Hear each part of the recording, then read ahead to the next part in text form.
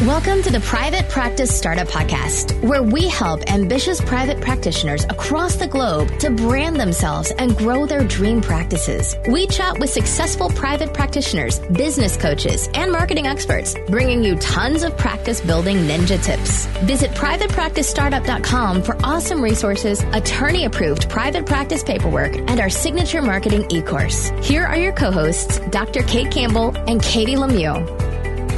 Hey there, Startup Nation. Welcome to a very special series called the Up Close and Personal series. This is a series of 5 podcasts where we are actually interviewing your requested private practice building coaches in the field. So you guys requested, and this is the first of our podcast series, and we are interviewing the one and only, and I am going to say infamous, Laura Long. Oh, the queen herself. You're saying infamous, and I'm thinking up close and personal. Should I have not worn a shirt today? What kind of podcast is this, guys?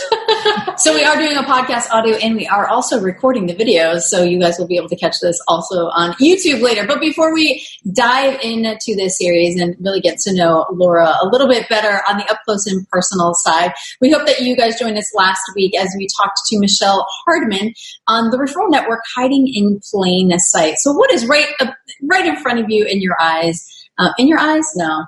Right in front of you, in your face, your eyes, in your face, whatever, of the potential referrals that are hiding right there. And Startup Nation, if you are joining us for the first time, what a great time to join us. So this podcast series will actually release 5 days back to back. So Monday, Tuesday, Wednesday, Thursday, Friday of November 11th straight through the 15th. But we hope that you guys come back and join us for the rest of our podcast. We have over 174 recorded podcasts at this point and growing. So we would love for you guys to come back for that. And of course, if you're a loyal member for our Startup Nation family, you probably participated in nominating who you wanted us to get a little up close and personal with. So we thank you for that. And if you're brand new, we would love to gift you our A to Z cheat sheet, the essentials for building and growing your dream practice. Head over to privatepracticestartup.com.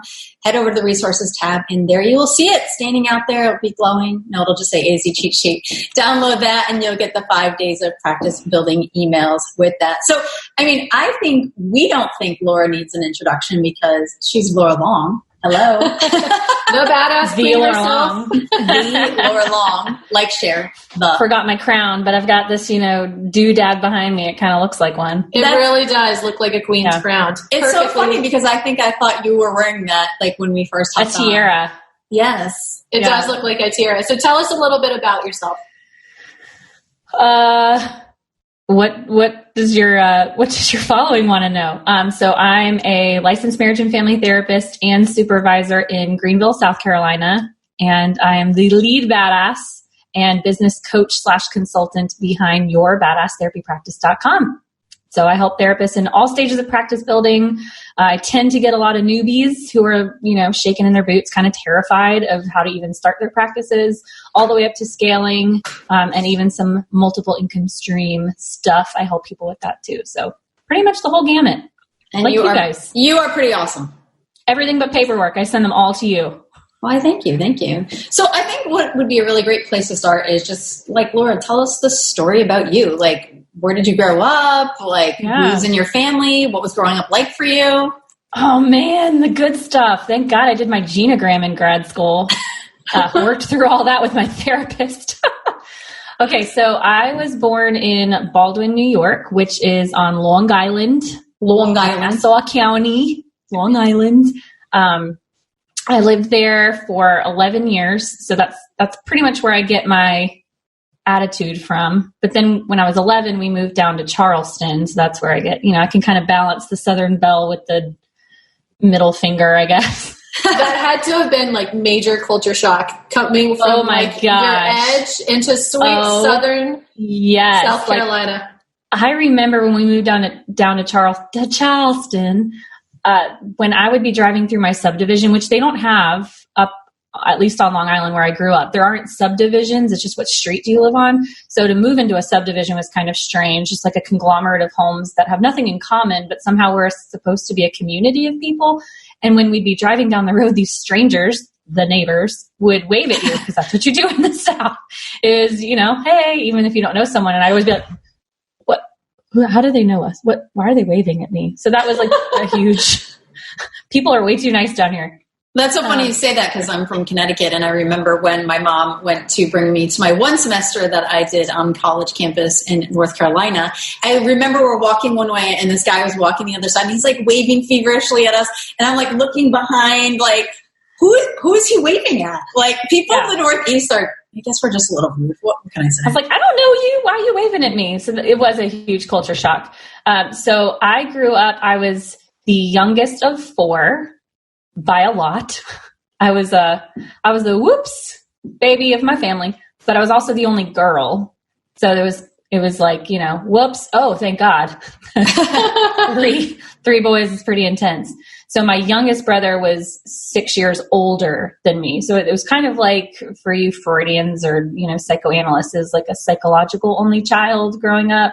Because by the time I was like in the backyard playing Lion King or whatever back in the 80s and 90s, my brothers were like smoking cigars on the roof, and my parents were like had no idea. So they're like in a totally different, they're like 13, 14 by the time I even became aware of life. So tell us a little bit about what you were like as a teen. As a teen? Yes. Oh boy. I'm curious. Heinous. I was heinous. My God. This is so funny we're having this conversation too, because out of the blue, I found a box 2 nights ago of like pictures and old notes and things from my own childhood that I've for some reason saved. And my husband and I were going through it, and I was like, oh my God, I was the worst teenager ever. Some of these things that I found. Tell us how bad. So, I wasn't like the worst. I didn't shoplift, but I was always hurt about something. I don't know. That's what teenagers do. Like I hated everyone. So, okay, let me back up a little bit. There's some reasoning behind this. So when we moved down to Charleston, we moved down when I was in 5th grade, which in the South is still elementary school, and you're about to go into middle school. So it's the last year of elementary school in 5th grade. Up in North New York, where I grew up, 6th grade was the last grade. So like when we moved, it was a weird transition because if I had stayed up north, I would have had a whole nother year. But we moved down, and it was the very last year, the last semester or last 9-week period of 5th grade in a very like small, cliquey elementary school. So you picture this like Yankee 11-year-old moving away from all of her friends and ending up in a place where it's like, this is the last year. Like these are the big people at school, the big 5th graders before we go to middle school. And they were so mean to me. I remember one day getting off the school bus, and these boys from the younger grades would like chase me and throw rocks at me. My mom had to call the police. Like it was really, really cliquey and bad. So when I got to 6th grade, I was like, that is not going to fly anymore. And I became like the queen bee. I'm going to be the mean girl because no one's going to like throw rocks at me anymore. So is this where like the Laura Long, the badass, was born out of? Probably. Like this probably was like, okay, rough exterior, because we're not playing that game. So all of middle school for most of us is survival. Yeah. Yeah. So it was definitely that. But of course, it's also when you're like reaching puberty and you're like, what the heck is going on? And why do I feel like this all the time? So it was just like a really weird combination. So I was very angry as a teenager.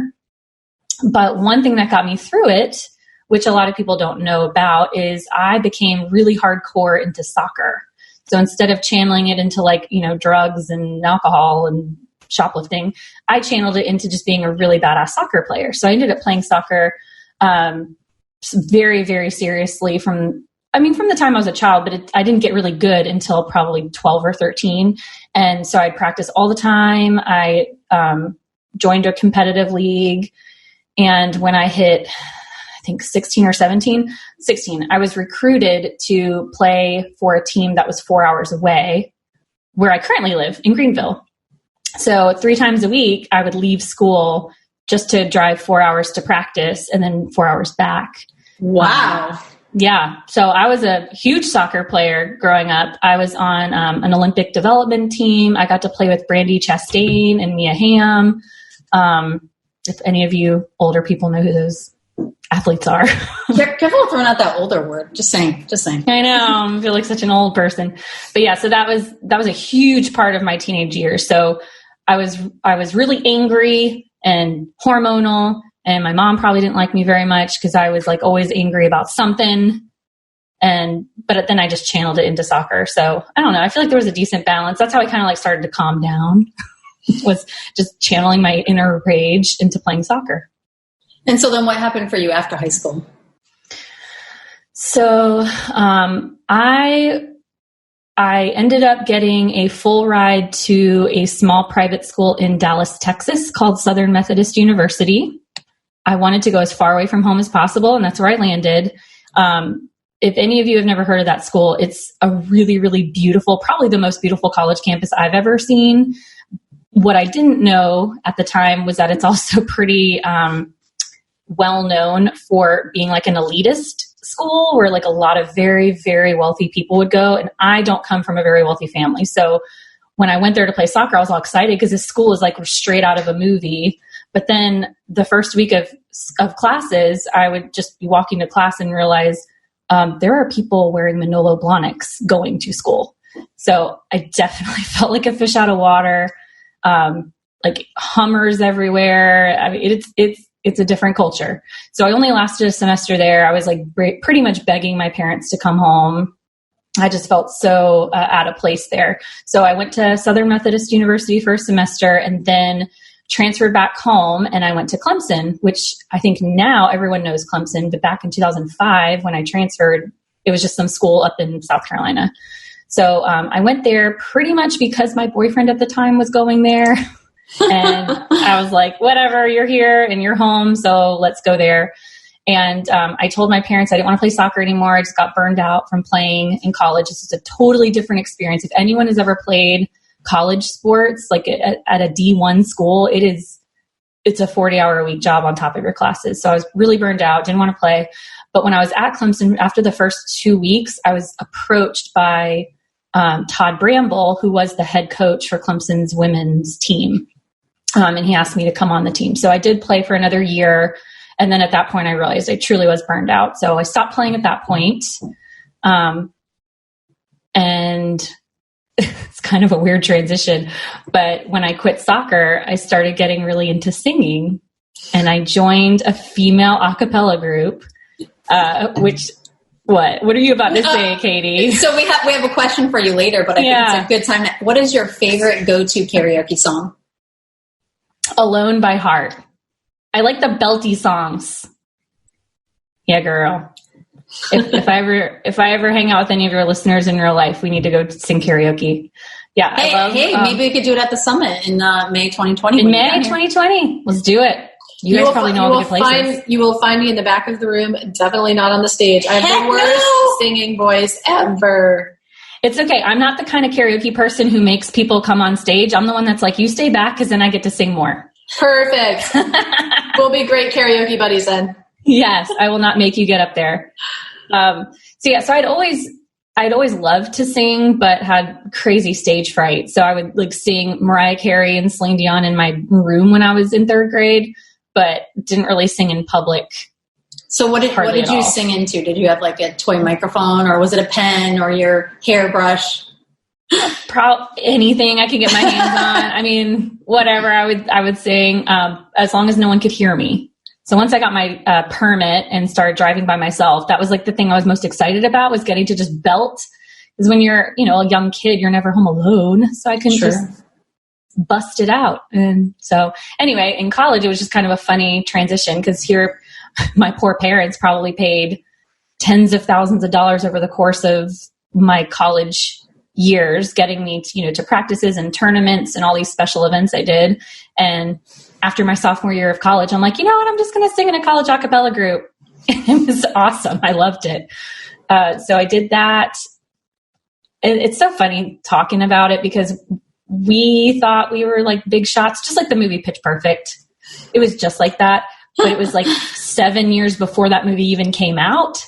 So no one had any reference. They were just like, who are these weirdos just like singing in the middle of a restaurant together? This is strange.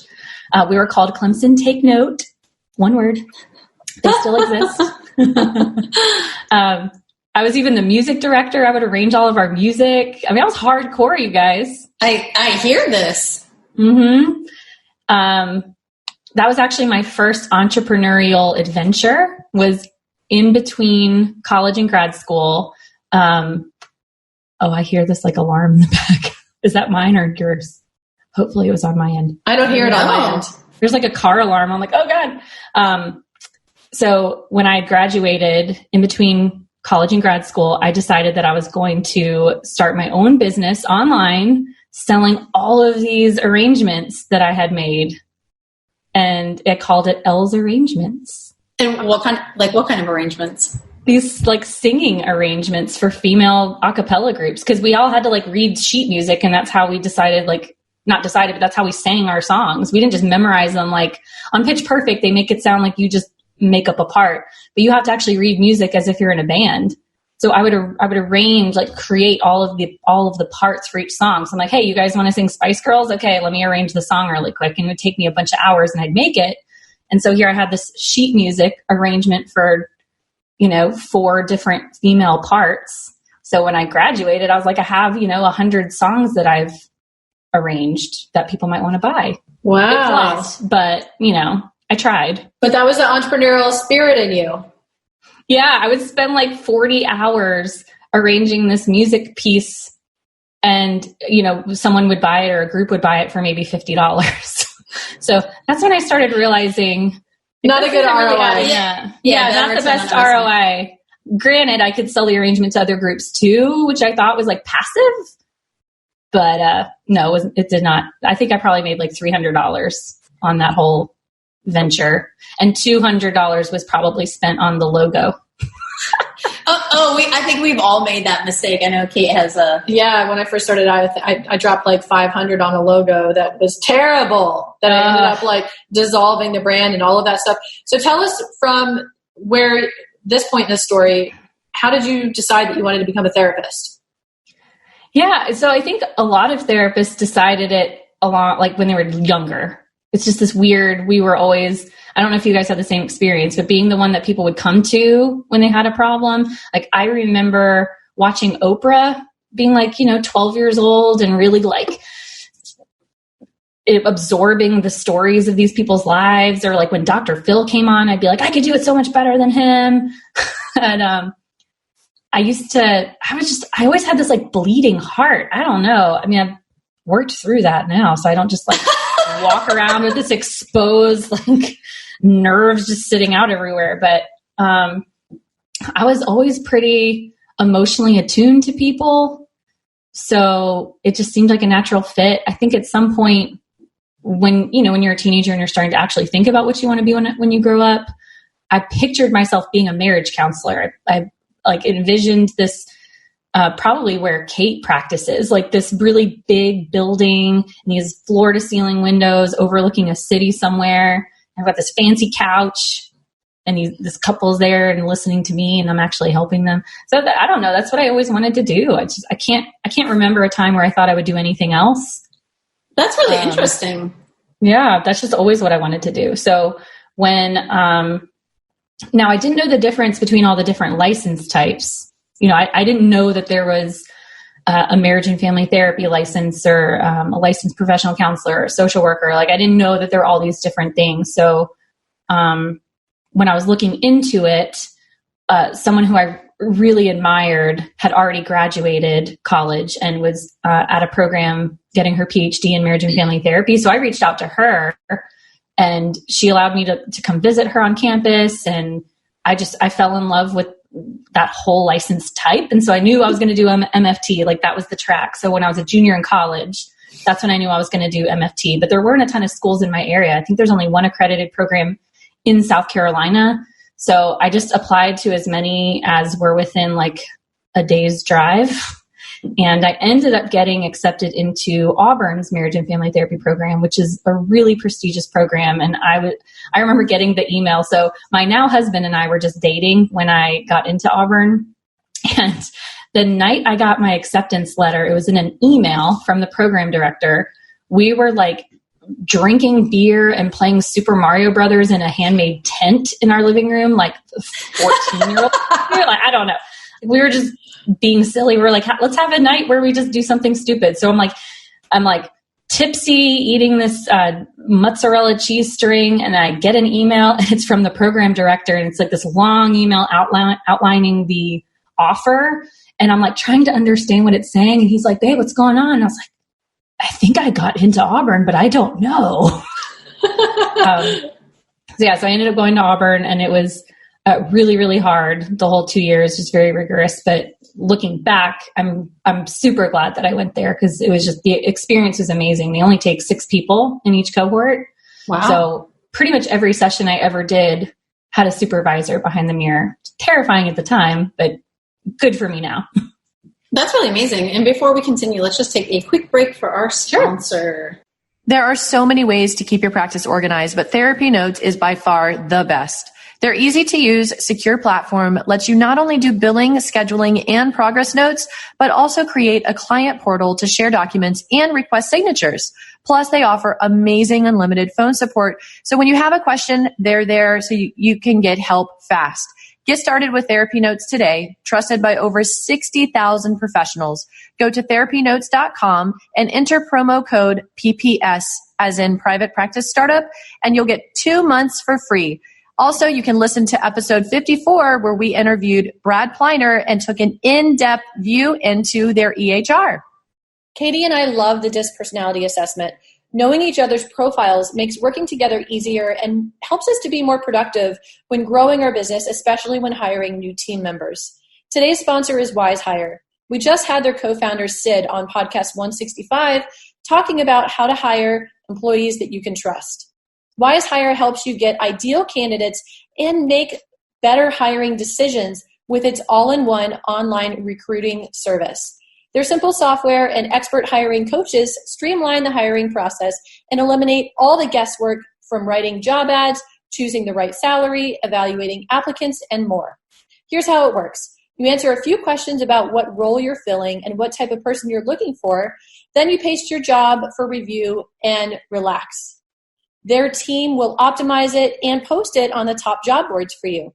And when candidates apply, they administer a DISC personality assessment and score the candidates based on how their personality matches up to the role. There are no contracts required or commission fees. You can pause or cancel your account at any time. Over 4,000 small businesses have trusted WiseHire to help them find great people. Visit wisehire.com/private practice startup for $20 off your first hire. That's WIZE hire.com. So I want to switch gears a little bit, because those people who do know you, Laura, they probably see you as pretty courageous, bold, a badass. But I'm going to guess you have some fears and insecurities. What are some of the things that you fear or worry about? I see you doing your fingers there. I was telling you guys before we recorded the call, I've recently gotten into the Enneagram, and I'm still figuring out what I am. I don't quite know yet, but I do know I'm having an identity crisis around it, because I'm like, wait, how authentic am I? Or do I tell people how I'm really feeling, or am I a helper? Because I think I'm leaning towards a 3. I don't know if you guys know anything about the Enneagram, but everything I read about 3s make them sound like jerk faces. Am I a jerk? Oh God. So fears and insecurities. Man, I'm trying to not that I don't have them. Don't worry. I'm sure I got them. I have a lot of fears about people around me dying. So sometimes my head will go to a really dark place, and then I get these images of terrible things happening to people I love. But that's not really a personal insecurity. That's more just I desire security, and I I'm a type A, so I'm planner and control. So anything that's outside of that makes me very anxious. I think I could speak for both Kate and I. Yeah, we relate to that. Yeah. Secure, control. I think imposter syndrome is just a thing that's always around for most of us, right? We have this group chat, and I think it's come up. So there's always that chance, especially when you're putting yourself out there and your knowledge out there into the world. There's like, I was even talking to, I recently spoke at Killing It Camp in Colorado with Joe Sanok, and I did this presentation on copywriting. But when you talk about a specific topic enough times, there's that voice in your head that starts to wonder, like, does my audience already know all of this? And they're just like trying to be nice, but really everything I'm saying is common knowledge. We get that as therapists, don't we? It's like we know this stuff inside and out. So when we start to talk to our clients about these things, a part of us is like, clearly these people already understand how like thoughts and feelings go together. So I do have that comes up sometimes when I'm like teaching or coaching someone, like, okay, do they already know all this? And I just am an idiot. So I think some people listening would probably like be surprised to hear that you deal with imposter syndrome. So how do you manage that? I personified mine. So. Oh, we know who it is. Wait, do we know who it is? I know one. Yes, it's Bitchy Brenda, right? It's Bitchy Brenda. So tell the audience about Bitchy Brenda. So Bitchy Brenda is a character that I made up. She's not based on anybody I know, but probably because I come from New York, I can hear her in my head. So Bitchy Brenda is this, you IFS people are going to like this. She's this part of me that's, always there to tell me that I don't know what I'm talking about, and I'm a loser, and I'm stupid, and I'm a piece of you-know-what. But I try to make it funny, because the way I've personified her is she's approximately 80 years old. She's been smoking her whole life. And she lives in New York. Wait, and what does she sound like? Yeah, I want to hear her voice. So if I'm trying to figure out, what my next offering should be, or if I'm trying to write an email that's really helpful to my list, she'll make sure she's back there, and she'll just go, you don't know what you're talking about. Oh, that's so great. Do more. You're a piece of shit, and nobody likes you. That's the dumbest thing I've ever heard.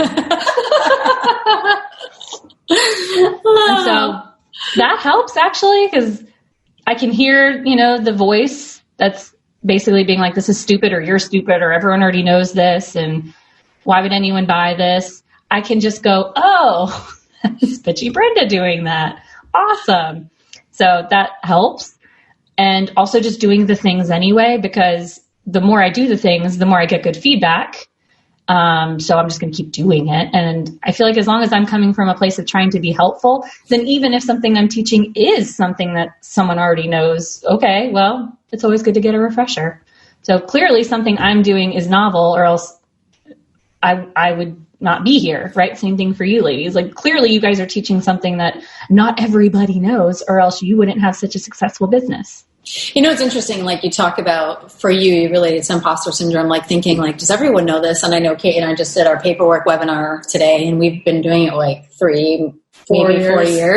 And obviously we're repeating the same stuff. And I had that thought today, and it's funny because I just talked with Ernesto on Friday about this. And one of the monumental things for me in regards to what we've created in our business is, Russell Brunson talks about this. I forget if it's Expert Secrets or .com Secrets, but there's this, like, in the last part of the book, he goes to hire an online business coach, and the coach says to him, you online people are so dumb and so smart at the same time. And he's like, well, what do you mean?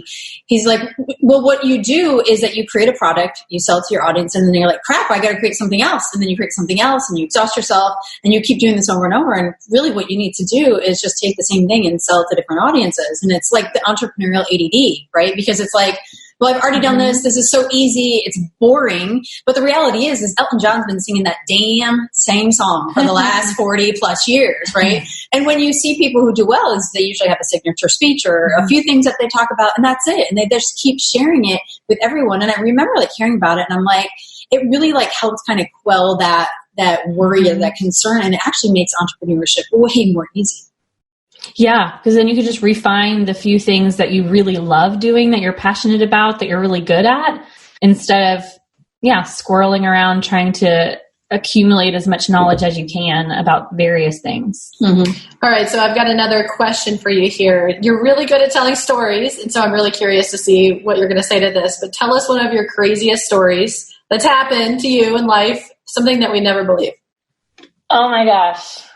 Man, I should have been prepared for this, because what if I tell you no preparation. Story? Crazy story. Oh my gosh, all my memory is awful. Crazy. I'll sing while you think. Great. Yeah, sing something really good. No, I won't, because it'll be really bad. I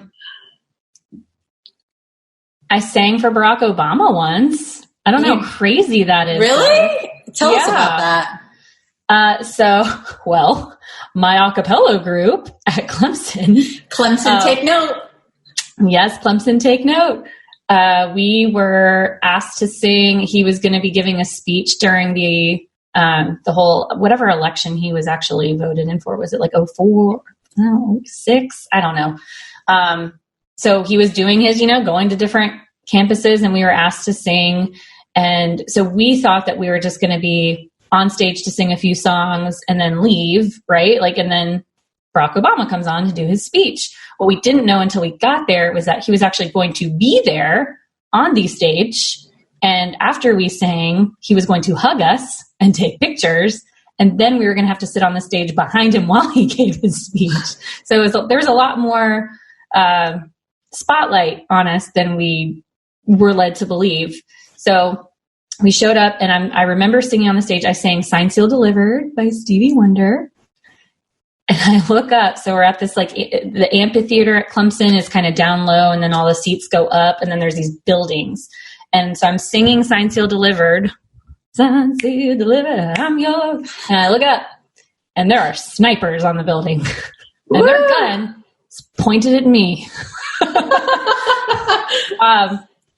So I'm trying to have a good time. I'm like, wow, I have really big guns pointed at my head 100 yards away. So I got done singing, didn't realize at the time, of course, that Barack Obama was going to stand up and give us all hugs. He's really tall. Is he? He's so freaking tall. So I'm maybe 5'3", 5'4", which always surprises people. With heels? Yeah, so when I met you guys for the first time, I think it was in Asheville, you both were like, you're so short. Yeah, so I'm 5'3", 5'4", and Barack Obama is maybe 6'4", 6'3". He's enormous. Yeah, I'll have to find a picture. You guys can share it with your peeps, because I do have a picture of me with Barack Obama. And so I'm sitting there trying to be all cool, because after we're done singing, we are supposed to, I think, announce him, but no one really told us what to do. So we're kind of standing there awkwardly, what do we do? Do we leave the stage? I don't want to get shot by a sniper. So we're standing there, and suddenly I just take the mic and I'm like, let's hear it for Barack. And there's yes, called him by his first name. There's a quick quiet, because people are like, who? And then everyone realizes I was talking about Barack Obama, because no one knew who he was yet. He wasn't president yet. So let's hear it for Barack. And then we're standing there and he comes up. So that was a pretty crazy story to get to meet Barack Obama in person. Granted, it was before he became president, but that was just really awesome. And lots of snipers. And to introduce him while you have tons of guns pointed at you. How crazy. Yeah, every building, you see them and they're just kind of they're just waiting. Waiting for you to make that one wrong move. Waiting for me to look at him and be like, I'm going to get you. So, Laura, share with us some of your pet peeves. I experienced a pet peeve today. Tell us. And I called my husband and said, this is my pet peeve. So I'm okay at cooking in that I know how to read and can follow a recipe, but I don't enjoy cooking. It's not something that I'm I'll do a little sprinkle of this and a dash of this, and I need structure, right? I need it to be laid out exactly what ingredients I need and how many of each thing and how it goes. So he asked me to just throw some stuff in the crock pot today. Simple enough.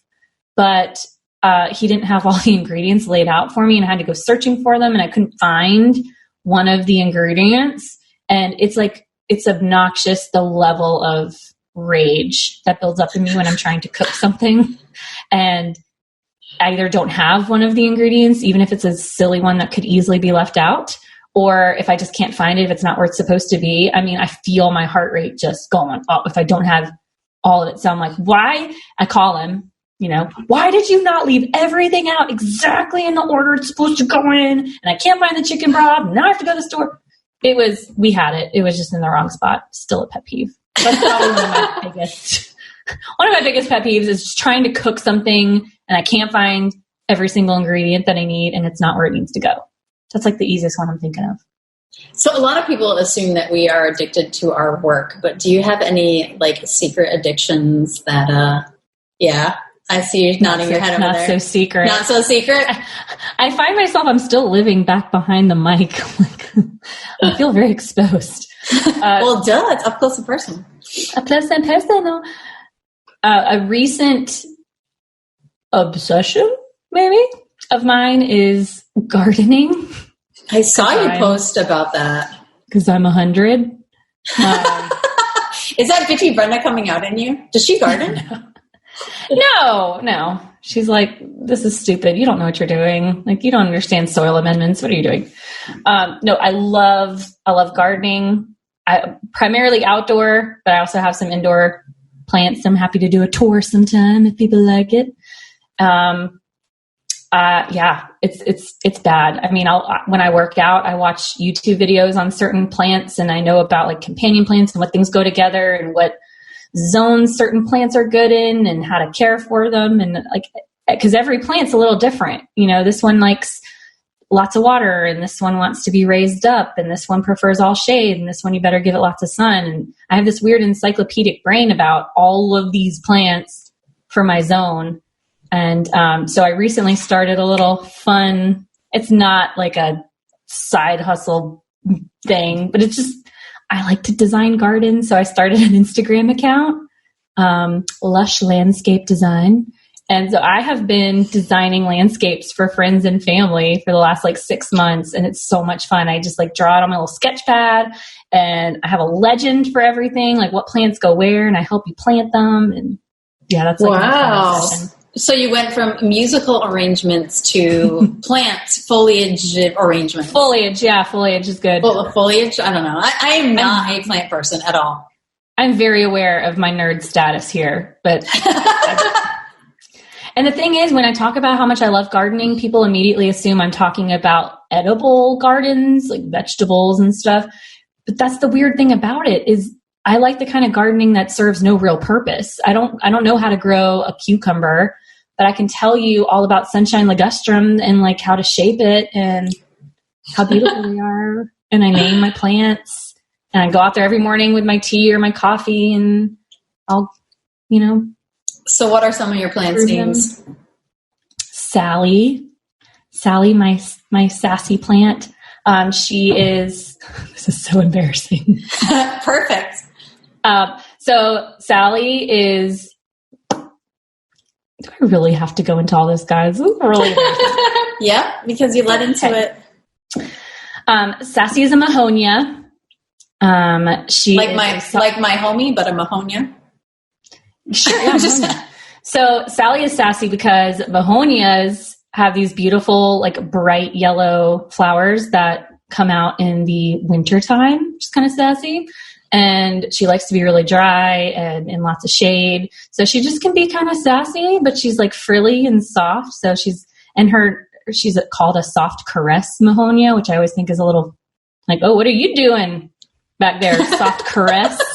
It's kind of, a little floozy in the garden. Jane Magnolia. Obviously her name is Jane, but that's also her type. So it's easy to remember Jane because she's the Jane Magnolia. She's beautiful. If you guys live in zones 4 to 8, get a Jane Magnolia because they're amazing and beautiful. And they are the first things to bloom in the spring and these beautiful lavender tulip flower things. So I love her. I love, I have lots of Lauras in my garden because Lauropetalums are these beautiful purple things. You can get them in all different sizes. And they're called Lauropetalums, so I just call them Laura. So I'm in my garden. Do you have any males in your garden? Laura Juniors. I really don't. No. They're all women. I'll name Kate and Katie at some point. You guys have a favorite thing. I would say chrysanthemum, it kind of goes together, but I guess that... I'm thinking my cone flowers, they're called echinacea, but They're really pretty. And so Kate and Katie, the coneflowers, maybe?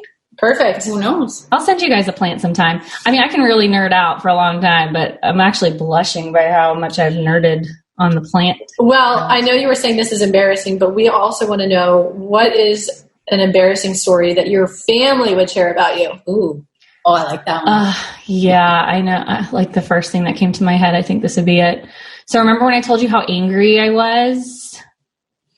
Yeah. Yeah, they tell you about a time I got really angry. And what would they say? So there was a Christmas, I believe I was 16, when they bought me my first, I think they bought me a TV.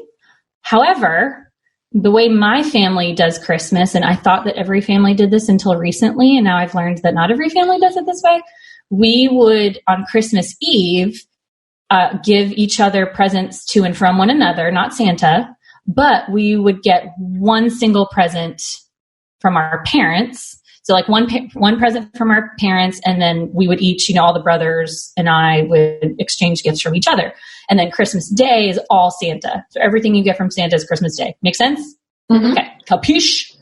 So on Christmas Eve, okay, granted, I was getting my first TV, did not know I was getting my first TV, didn't have a TV in my room. Christmas Eve, I get a present. Can't remember which one it was from. I think my parents probably gave me this. They bought me a DVD player because the DVD player goes with the TV. But on Christmas Eve, I didn't have the TV yet. So I opened this present and it's a DVD player. And my first thought was, your family doesn't know you. They don't know anything about you. You don't even have a TV. How the heck are you going to watch a DVD if you don't have a TV? So I stand up, I throw the DVD player against the wall, I break a mirror, I'm screaming like, you guys don't know me.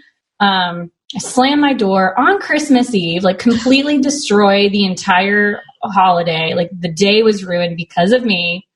And I guess they didn't think to tell me what was happening next. But then on Christmas Day, as you can imagine, Santa brought me a television, which now makes sense why I got a DVD player. But to get it as a 16-year-old, when you're really like hormonally angry at the world, like why did they just not give me the TV first and then give me the DVD player so I didn't have to like break an entire mirror on the wall and scream and do the dramatic slamming the door thing. So and then your parents signed you up for therapy? Is that what happened?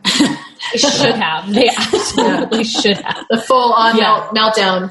Meltdown, like what a 3-year-old would do. Like I'm picturing my daughter might have a meltdown about that. But in my defense, if you're giving your daughter her first TV, maybe you don't give them like the Blu-ray or the DVD player first. Because I'm like, what the f- am I supposed to do with a DVD player if I don't have a TV, you jerks? But you didn't think like maybe it was coming? No. You think that they were just playing an evil trick on you? I thought maybe like they were evil or they just didn't, they just didn't know me. Like you guys have no idea who I am and it's important for me to be known.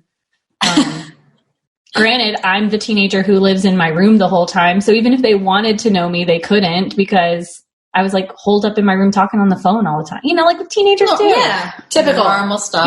Open my room. I'm like, get out of my room. Was it all dark in there? Yeah. This is probably why I only have one child. My parents had 4 and I'm like, I was awful. So I think I can only handle the one. Gotcha. So before we move into our 60-second lightning round, is there anything that you really want our audience to know about you in this up close and personal before we move on? Anything fun? Yes. Anything random? Do tell. Well, I think I give off this persona of being like really hard and thick-skinned because a part of me does have that. Like I am that. I am kind of abrasive and I like to be, funny and crack jokes, usually self-deprecating jokes. And I do have really thick skin and I don't give a crap about what 99% of people think about me. But I think it's important for people to know that I do have a soft middle, like I'm a therapist. I have feelings. So even though I do give this like gruff and tough exterior persona or whatever, I do have that like, the soft middle who has feelings. I have that. It's there. Yeah, I remember us having a conversation, and I remember you telling us about a folder in your email box when haters send hateful things. And I remember you sharing, like, the entertainment folder. Yeah, I was going to let her reveal that if she wanted to. So I remember you saying, like, yeah, you really don't give a crap about what others say, but the people closest to you, you do. And I know for me, I feel like the opposite, right? Like, I get overwhelmed when people like have like awful things to say, but the people closest to me, they can say stuff, and I think it's because like I have a good relationship with them, and it's like, oh, they're not going to go anywhere, whatever, I don't give a shit about what you think. It's kind of like what I think. But you were talking about how it's kind of reverse for you. Yeah, see, and that probably comes from my own need for security in relationships. So I do care very much what people close to me think, and I value their opinion, because if I lost them, I'd lose everything. Mm-hmm. Whereas, stranger internet trolls who want to say whatever, it really doesn't bother me. So yes, I created a folder in my email inbox called entertainment. So anytime I get hate mail, it goes into the entertainment folder, and sometimes I'll read it and sometimes I won't. Sometimes I'll respond, and it's usually really hysterical because they respond back and I get into a fun, try it. It's fun. No, don't, because I get lots of emails. I don't want to deal with it. But yeah, usually I'll antagonize people who send me hate mail for fun.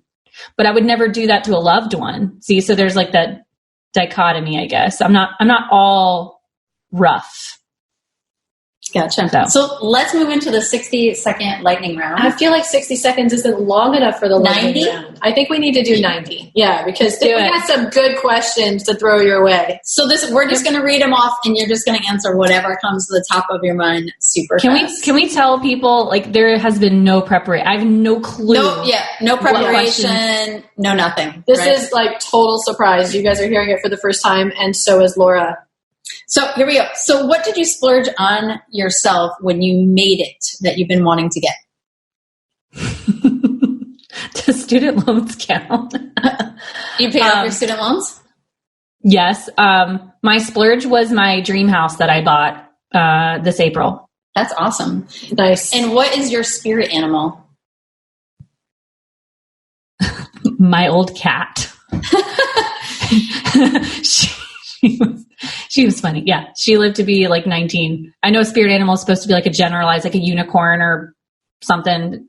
We're putting you under pressure, so it's fine. That one cat I had growing up, she was my spirit animal. Maybe she's my bitchy Brenda. I don't know. We'll talk about it later. I'll talk to my therapist about it. Here's another one. If you could ride any animal into battle, what would it be? A thoroughbred. Come on now. Woohoo! Favorite drink or cocktail? A Long Island iced tea. All right. And if you had to spend 7 days alone in the woods, your safety guaranteed from Bigfoot, spiders, and serial killers, what personal item would you bring to give yourself comfort? I have a stuffed puppy that I would bring with me. that I have had not since childhood, which makes it even funnier. That is of all things, you would bring a stuffed animal, not like fire to light a fire or like a knife to protect yourself. Well, I figure if my safety is guaranteed, I just need comfort, right? That's true. We kind of set you up for that one. Good point. And last question, let's see. Favorite movie of all time? Eternal Sunshine of a Spotless Mind. Awesome. Well, thanks so much. It's a really weird favorite movie, though. Most people pick like something hysterical, or this is just like an existential crisis movie, but I really, really like it. Was that already 90 seconds? Yeah. Thank goodness we did 90 seconds. I got to ask this one last one. Yes, if you could do Freaky Friday and switch places with anybody, who would it be? Oh my gosh. I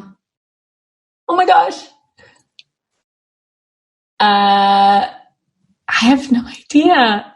Everyone I'm thinking of is deceased. Can I say that? Yeah, okay. Switch with a deceased person, but you won't be dead. Robin Williams. I'd like to live. He just seemed like a really interesting person. Cool. I love it. Well, we so appreciate you being here, and we wanted to thank Startup Nation for participating in the Up Close and Personal with your questions, your votes. We really hope that you guys enjoyed as we just kind of sat back and just put the business chat to the side for a second and just get really up close and personal with Laura Long from Your Badass Therapy Practice. She's also a very dear friend to us. So we hope you guys enjoyed this part. And then tomorrow, you guys are going to be hearing from Ernesto. And I always have to say his name this way. Segismundo! I just feel like I'm announcing like a WWF fight. Anyways, I got to say that. So join us tomorrow as we get up close and personal with Ernesto. We'll catch you later, Startup Nation. Thanks for always allowing us to inspire you from startup to mastery. Take care. See you next time. Thanks for joining us on The Private Practice Startup. Visit theprivatepracticestartup.com for awesome resources, free trainings, attorney-approved private practice paperwork, and so much more.